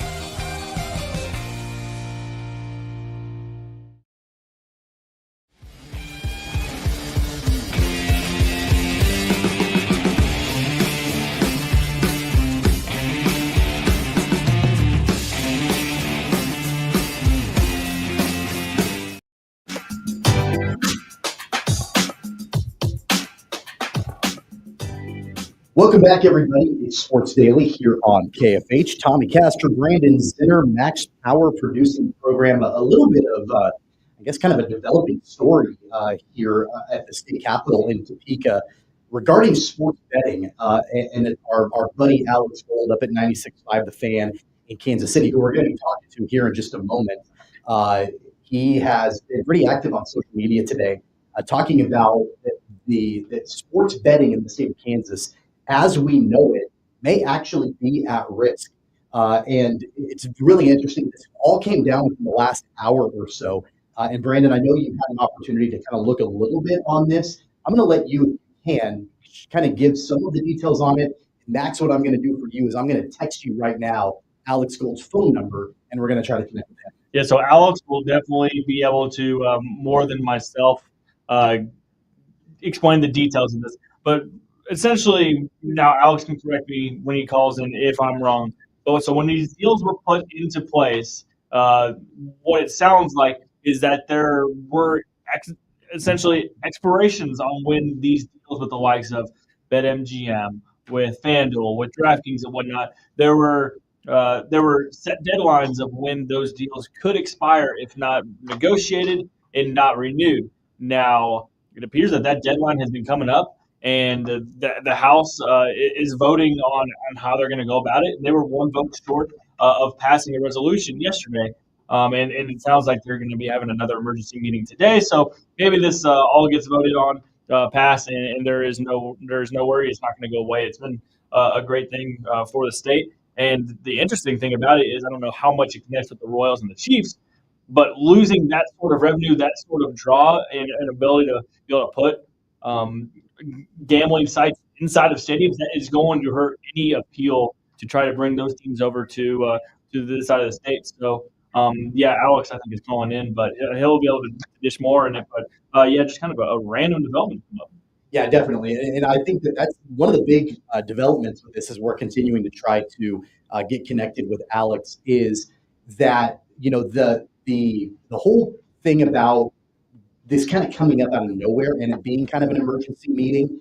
I didn't realize the state legislature adjourns today for the remainder of the year. This is the final day where they can get something like this passed. And I feel like this is just kind of all of a sudden come out of nowhere for the state of Kansas. Alex is always on top of it from everything that's been going on in Missouri for a couple of years, and they're trying to get it passed. He was on the leading edge of how it was developing in Kansas as well, and so the state of Kansas alone generated over $800,000 in just taxes from sports gambling. Last month, sports betting revenue rose 12.4% in March from a year ago. So. Yeah, it's been a thing that has been a big driver for the state of Kansas. It's been a positive, it looks like, as far as creating revenue and whatnot. But I mean, yeah, I think that would be a shock to a lot of people if they all of a sudden go to log into their apps. I think it would expire at the end of June, if what I read was right. If they just open up their apps one day and hey, what happened to all my futures? I had Bobby Witt Jr. to win MVP. Right. Where'd that money go? Yeah, for sure. And I think that especially, and you mentioned this too, with all of the developments of the state of Kansas wanting to try to at least get some combination, some form of the Royals and the Chiefs or the Chiefs across the state lines. I think I think that makes it even bigger. Yeah, and not even so much. No, I don't know. For Missouri, the sports gambling portion, most of that would surely go towards keeping the Royals and the Chiefs in Missouri. As far as them coming to Kansas, it would more so just be an addition, an attraction, because you can have these activation sites within the stadiums. There would be sports books, I would imagine, being built inside a new Royal Stadium, inside of a new Chiefs Stadium. Not so much a driving force. It would just be an additional attraction. Yeah, as we work to get Alex Gold connected with us. Yeah, just again, it was come up on the break, and we pull up our phones, and Alex is tweeting about that, and I believe we have. Yeah, it's interesting because I feel like, again, as I mentioned a moment ago, as we've got our buddy Alex Gold from 96.5 The Fan in Kansas City joining us. Alex, I feel like did this just kind of come out of nowhere? I feel like this was not even anything that was in the realm of possibility, at least that I could think of.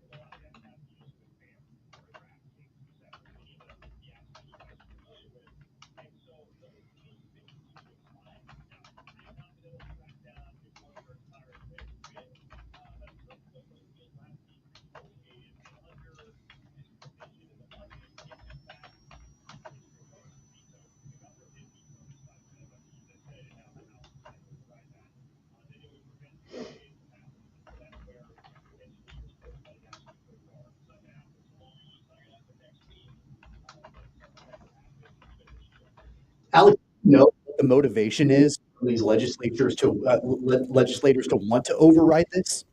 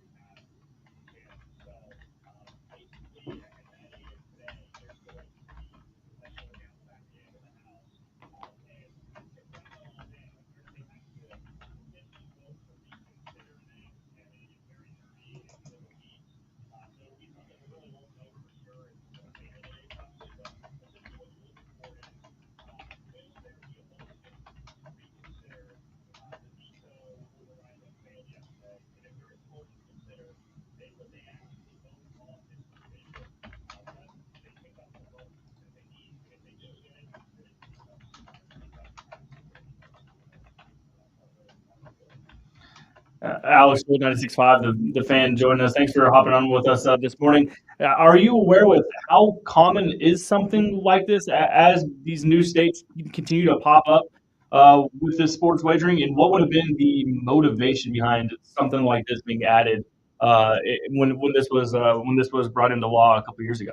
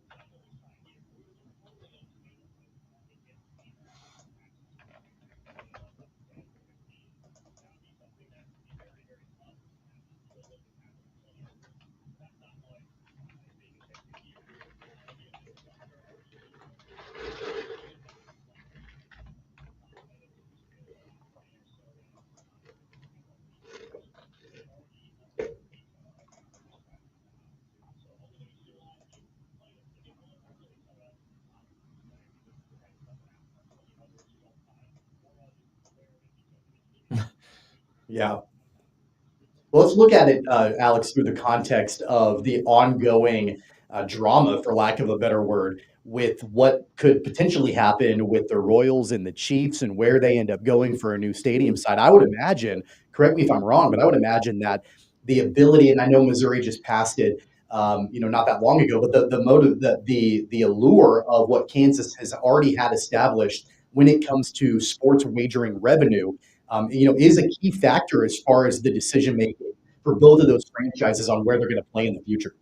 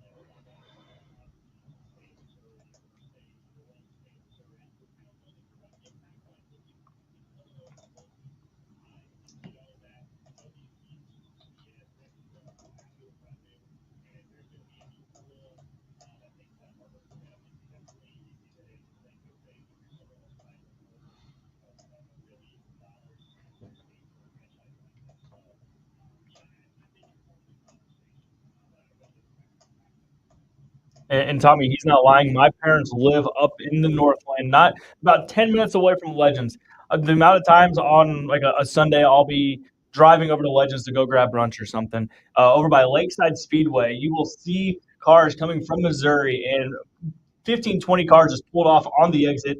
Yeah. It's a Sunday morning. You know what they're doing. It's because they're sitting there. The Missourians are placing wagers in Kansas. It's what they do. Alex, so what should we be looking for today? What are you going to be having your eye on as far as what is going to be a resolution today?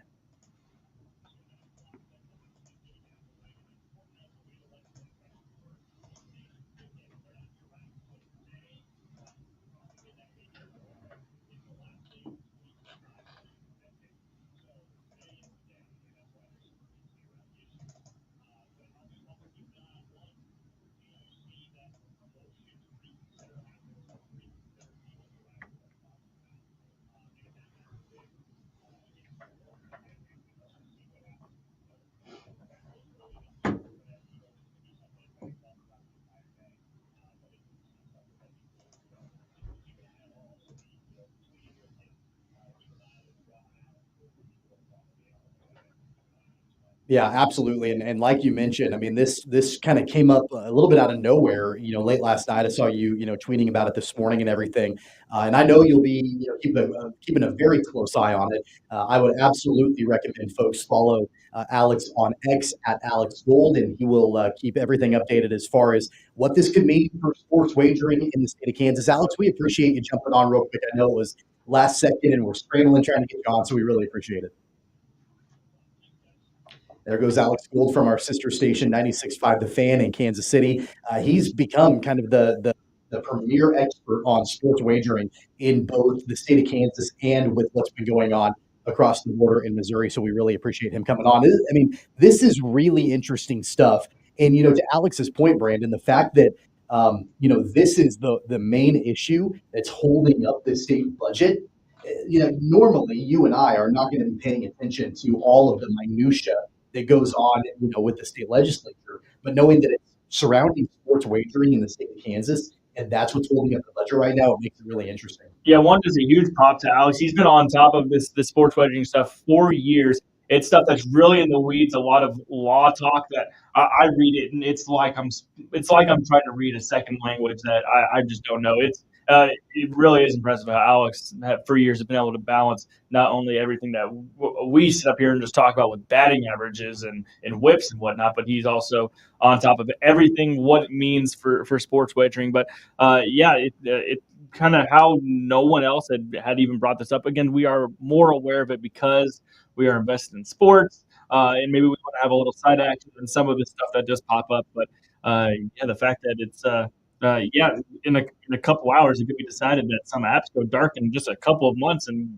not very many people. I don't know. I'd never heard. Nobody knew. I never heard of this before. Yeah. Before the last commercial break. That's why it was like, literally in the last 15 minutes, this is like coming down that you and I are reading Alex's posts on X. I'm like, wait, am I reading this right? Like, you could have DraftKings and FanDuel, I don't even know which specific ones they are, could go dark in the state of Kansas in just a couple of months. And literally it's like all of a sudden this is now going on, and it's in the hands of the House, the Kansas House.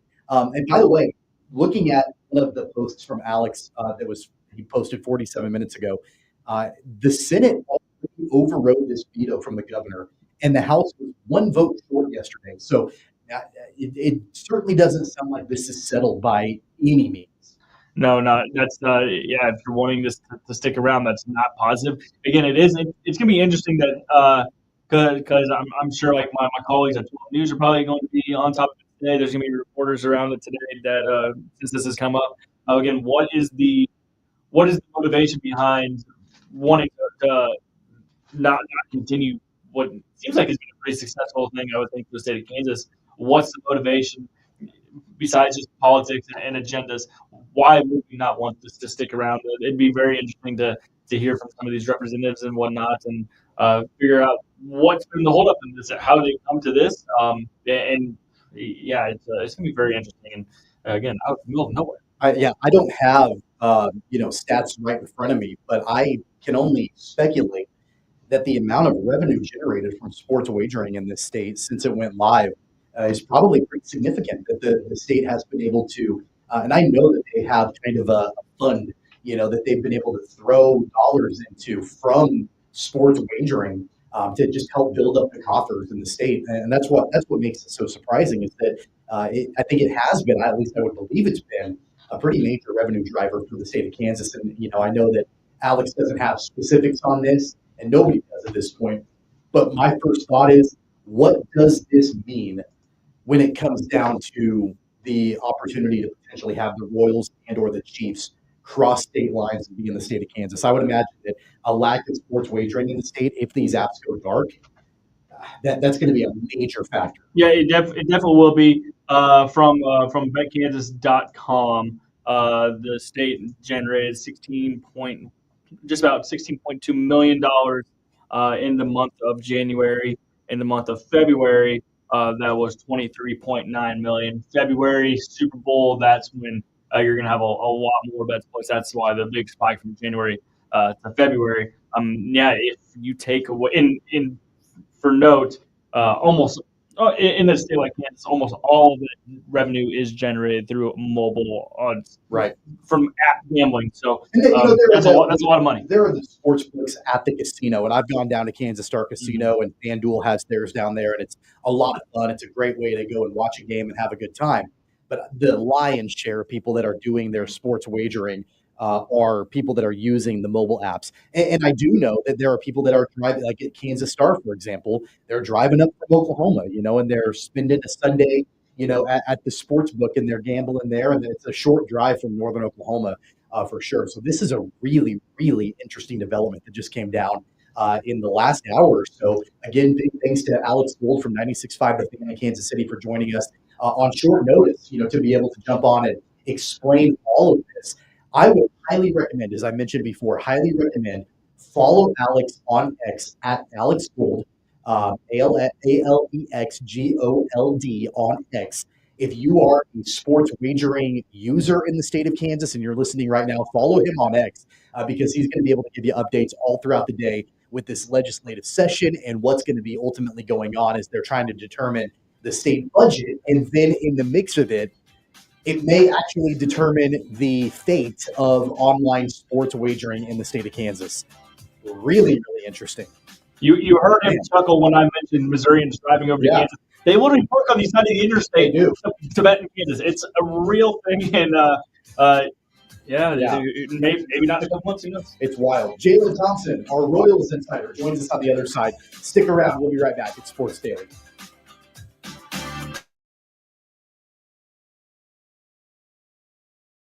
66 counties, 4 regions, and 1 weather team that you can trust. Find Storm Team 12 every weekday at 5:30 on the KSCW. Whatever the weather and wherever you are, Storm Team 12 is zooming in, going zone by zone to give you a more in-depth look at the forecast and some science behind the storms so you know more. We're focusing on the forecast so you can focus on what's important to you. Storm Team 12 Weather Focus, 5:30 on the KSCW. The future of television has arrived. Next Gen TV is here with stunning video, movie theater quality sound, enhanced voice clarity, and interactive features, all upgradable for the future. Learn more at watchnextgentv.com. Sometimes people tell us, I don't get it, it's just tea. But let me tell you, we are so much more than just tea. With 20 plus flavors of sweet and unsweet iced tea, the possibilities are endless. Come on in and try them all for free to find your favorite or get us on the go for your busy lifestyle. And don't miss happy hour every day. So the next time someone tells you it's just tea, tell them to come by and find out why we say, drink tea, be happy. It's the canvas of our imagination. They tell a story. Clouds affect the events of your day. Sometimes they growl, sometimes they inspire, but they're always the messengers of nature's mood written in the sky. Storm Team 12 understands the language of clouds. We're dedicated to decoding their message so you know what to expect. Behind every cloud, there is a story waiting to be told. Trust Ross Jansen and Storm Team 12, alerting you first to the impact on your life. When you need help, remember, you're not alone. We are here. We are neighbors. We are together. We are Kansas.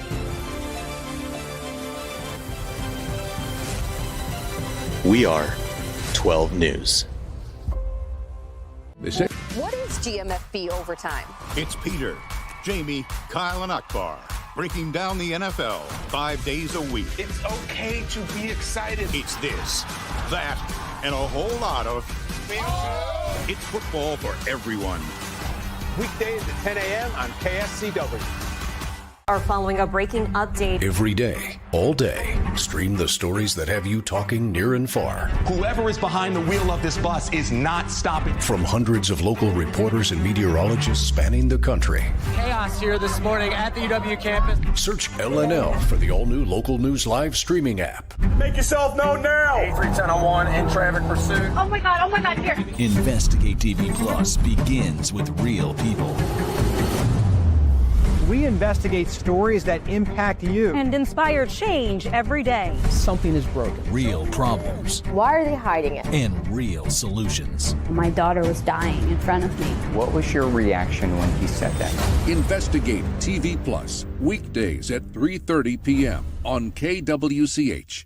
Sometimes people tell us, I don't get it, it's just tea. But let me tell you, we are so much more than just tea. With 20 plus flavors of sweet and unsweet iced tea, the possibilities are endless. Come on in and try them all for free to find your favorite or get us on the go for your busy lifestyle. And don't miss happy hour every day. So the next time someone tells you it's just tea, tell them to come by and find out why we say drink tea, be happy. Mornings are busy. We're here to make your mornings better. We report the stories that affect you. 3 more hospitalized from contaminated apple juice just a day after the FDA issue a recall. We're here to make your mornings better. Closing east and westbound lanes of K96 for repairs. With 12 News, you're prepared for your whole day. Scattered thunderstorms across the state into the afternoon. Stay a step ahead with 12 News this morning on KWCH and KSCW.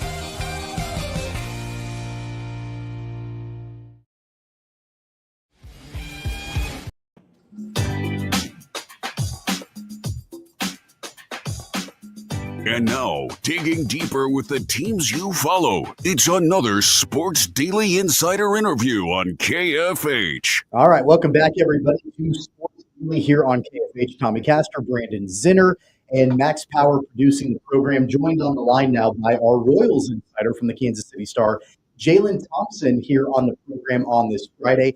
Jaylon, it was a pretty exciting series for the Royals that they wrapped up yesterday at home, wrapped up that long homestand with 2 series wins, one against the Royals, and they wrapped up another series win against the Twins. So a pretty happy road trip underway for Kansas City. How you doing today? Yeah. Hey, Tommy. Hey, Brandon. I'm doing good. Just got into Cleveland, so it's going to be pretty fun to see what the Royals are going to do on this 10-game swing that they have with Cleveland, New York, and then Detroit. Yeah, let's go back to that series against the Twins here, Jaylon. I mean, really, what I felt like with the Twins series for sure was that the pitching overall was in good shape for Kansas City, and I felt like even though yesterday's finale, Michael Wacha didn't have amazing stuff, I felt like he looked better than what we had seen through his first 2 starts of the year. Yeah, I think that the Royals they're rounding into form as far as their starting pitching is concerned. We've seen what Chris Bubich has done. He's been outstanding since he's begun the 2025 season. You've seen Cole Reagans come back with 2 superb starts after his opening start of the year. Kind of was decent, but wasn't what he normally would expect. So now you're kind of seeing what he can do. Those strikeouts are a big part of his game. He's been doing that. So I think that it's good to see Michael Wacha also come back and, have a great start as well. And if the Royals pitching can continue to do what they've been doing, I believe that the offense, it gives them more time to kind of get back in sync, and then we'll see how far they can go. Yeah, Jaylon, whenever we look at this lineup, we see Salvi produced yesterday. We see Bobby produced with a multi-hit performance yesterday. What do you make of the slow start to the season for Vinny Pasquantino? What are you just hearing from him, from in the clubhouse, from manager Quatrero? What has led to Vinny just getting off to a little bit of a slow start here, just and not putting everything together here early? Yeah, you can tell Vinny is fighting it a little bit. He's one of those guys where sometimes he just needs a ball to drop in or something to, fall in order for him to get back on track. But if you look at his numbers, he has a lot of RBIs. So, that's what he's going to do in the lineup. He's going to drive runners in. So I think that for him, it's just a matter of being more consistent. I think he can get a chance to do that against these Guardians that they just saw them earlier this season. So now you turn back around and see him again. I think that'll be good for the Royals to, have some consistency, knowing that you've seen this team before, they have, and that can help you when you're at Progressive Field today, playing in a pretty much an important series for both teams early in the season. I got to ask you about the lower part of the lineup, Jaylon, and that's been a concern of mine, and I know a lot of people for a long time. Hunter Renfroe didn't play yesterday. I don't know if it was more of a day off or more of just hey, we can't have you in the lineup right now because that average is so bad for Renfroe. MJ Melendez is even worse. I mean, his batting average is under 100 right now. I know that they are trying to find whatever combination works after the heart of the lineup, but I think we're obviously we're through 13 games now, and I know it is early, But man, like that's concerning for me, just the lack of production with those guys towards the end of the lineup. Yeah, it's very concerning. But the question that you have to ask yourself too is, where do they go if they want to make a change in that spot? You're talking about 13 games is a very small sample size, but when you're talking about MJ Melendez and Hunter Renfroe, those guys didn't produce last year, and they still haven't produced this year. So I think if you're the Royals, you have to look at it and you have to say, well, do we start giving more playing time to Drew Waters? Uh, Nick, you just brought him up for Mark Cannon being on the injury list. Does he get some time in I guess center and right field, left field? Do you put Tyler Tolbert out there? I know he's primarily used as a pinch runner, but does he get a few more opportunities to play some of those corner positions? How do you kind of mix in these things? Is it Jonathan India? They like him at third base. They also like him in left field. So I think you have to really look at those things and say, what can you do until those two guys, MJ Melendez and Hunter Renfroe, turned around? Now, while the offense as far as outfield has not been a shining spot, the back end of this bullpen just continues to be. Yesterday we go Lynch into Urseg into Estevez, and it just continues to be lights out. It looks like that has been the path all year long. What do you make of that three-headed monster there at the back of the bullpen? And if the Royals are able to get to those three late in the game with a lead, is that what we're going to see the remainder of this year? Lynch into Urseg into Estevez? I think the three that you just mentioned, I think it's going to be more so. Hunter Harvey will be in that mix. I think it's going to be Hunter Harvey, Lucas Urseg, then Estevez. But I think Daniel Lynch has really earned his way into that spot of where, kind of at the end of last season, you saw Angel Zerpa be the bridge guy a little bit. And I think Zerpa will still be part of that bridge guy mix, but I think Daniel Lynch is also going to be right beside him.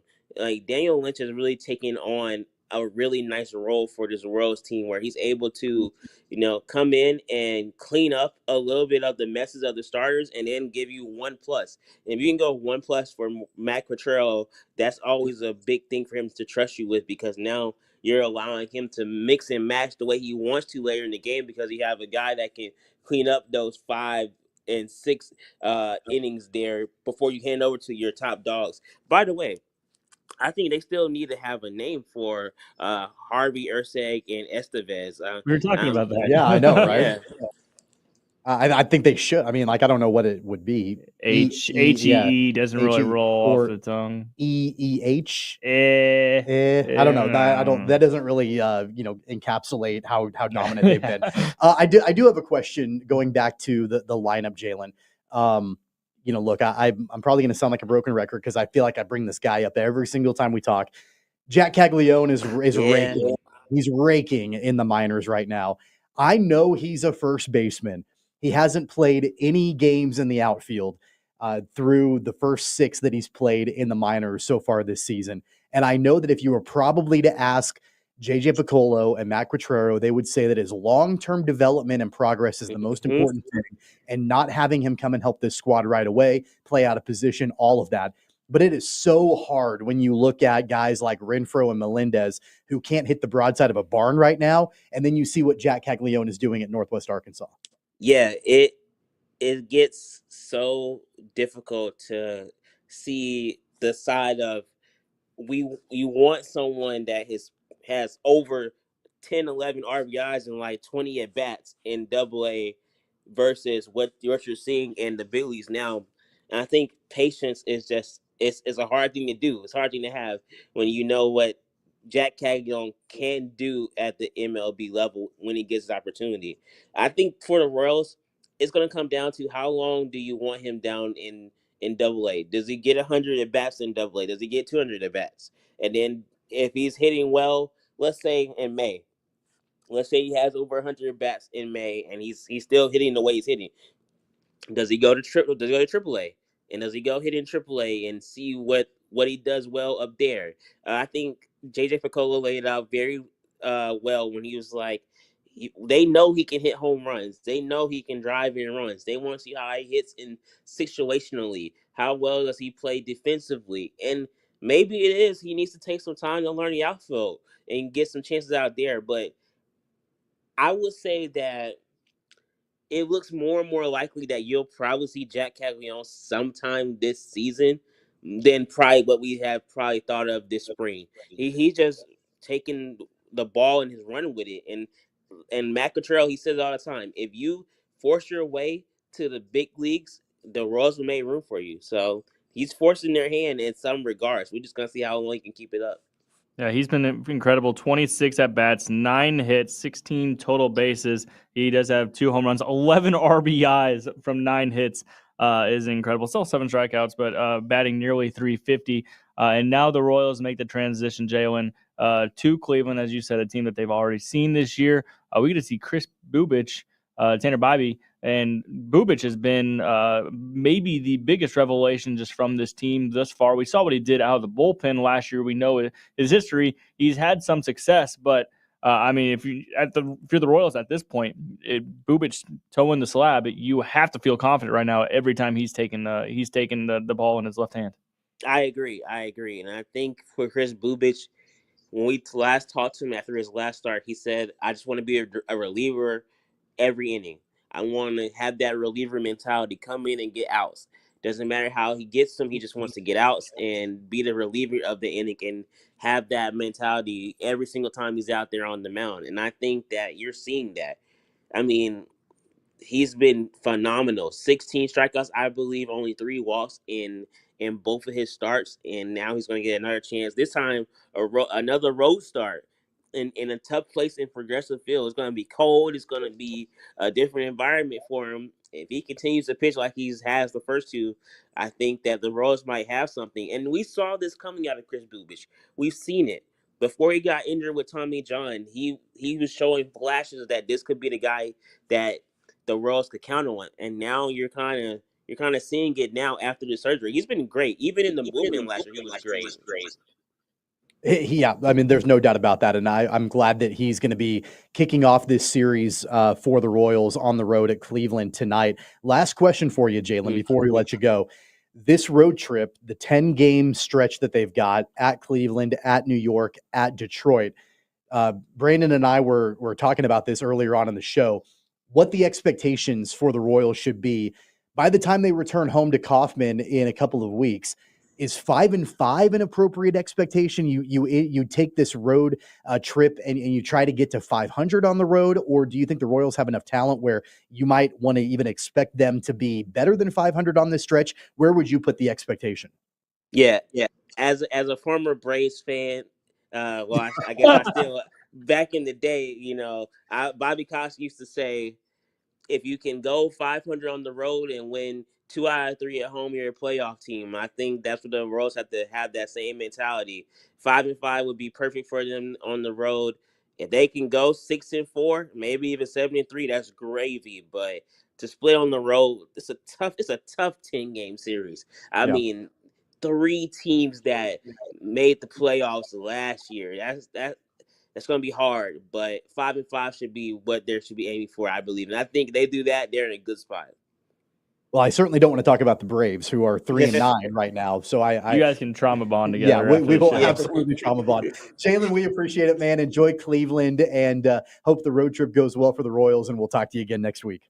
Thank you, guys. Sound good. See you guys soon. All right, there goes Jaylon Thompson. You can follow his work at the Kansas City Star and also on social media at Jaylon R. Thompson. You can make sure to get all of the articles and all the updates from Jaylon regarding the Royals. We will have coverage of the entire weekend series for the Royals. In fact, the entire road trip and every Royals game you can hear right here on KFH, and we really appreciate that from Jaylon joining us. I think that, to his point, Brandon, real quick, the road trip is going to be tough for the Royals. There's no doubt about it. But at the same time, they've got a big-time opportunity to take on some of these playoff teams from a season ago. Yeah, and he mentioned already they've already seen Cleveland once this year, which, I mean, that can be beneficial for both teams. I'm not going to sit here and say that it's a great thing for the Royals, because it's also a good thing for Cleveland. But, yeah, be able to kick it off with Chris Bubich, who has been just lights out already this year. That's a great way to start it. I was going to tell him on his way out and go enjoy Cleveland, but I don't. What is the Cleveland delicacy? Like, I don't know anything about their food scene. If there's someone's in Baltimore, go get yourself some crab cakes or. I mean, I know Cincinnati. Cincinnati's the Skyline Chili, that's right? Not Cleveland. But that's not Cleveland. I don't know what they're known for. Does Cleveland have a food preference? I don't. They think just have they the do. Rock and Roll Hall of Fame, or is that Cincinnati that's too? in Canton. That's in Canton, Ohio. No, isn't the it? NFL. The NFL Hall of Fame. Rock and Roll Hall of Fame. Is that Cleveland or is that Cincinnati too? It's Cleveland. All right. Well, go there. That's where Jaylon is right now in Cleveland. The Royals kick off that set tonight. First pitch is, I believe, it's 6:10. We'll be right 5:10. We'll be right back. More Sports Daily coming up.